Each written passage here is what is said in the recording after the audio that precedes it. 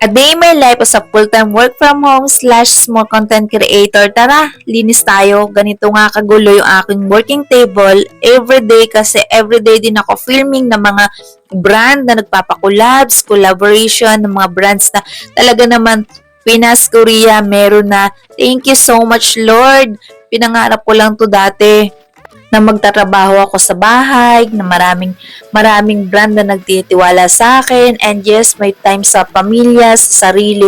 Hindi ka habang buhay nasa abroad, hindi ka habang buhay na magtatrabaho na lang sa iba.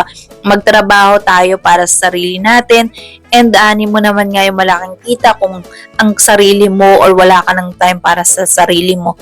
And kagandahan nga ng work from home, hawak mo yung oras mo, and salamat sa mga brand. After 3 years na nag-workout ako sa aking pagiging content creator, talaga naman ngayon, marami ng brand na nakaka-appreciate at marami ng brand na nakakita sa akin. Thank you so much.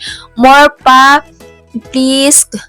Thank you, universe, kasi binigay mo sa akin yung isang pangarap ko na ganito nga, maging work from home and maging small business owner. And thank you sa lahat ng nagtitiwala. Sa likod nito, meron tao, talagang may isang taong hindi sumusuko, kaya magpatuloy ka. Thank you so much, and God bless sa inyong lahat. And yes, ayan. Pagkatapos ko nga mag-prepare sa sarili ko, lalabas naman tayo para naman tayo mairawan.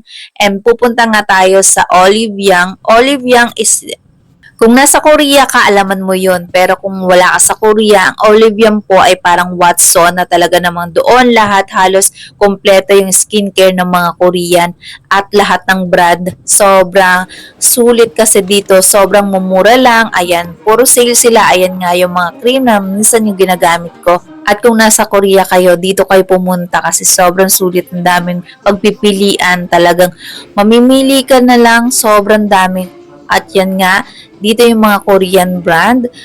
Ang iba dito, yan, nakakolab ko, at yung iba dito ay nagagamit ko na. Sobra. Kaya yan, hanggang dito na lang. Follow for more. At kung mga nagtatanong naman kung meron nito sa Pinas, sa TikTok shop, meron naman siya.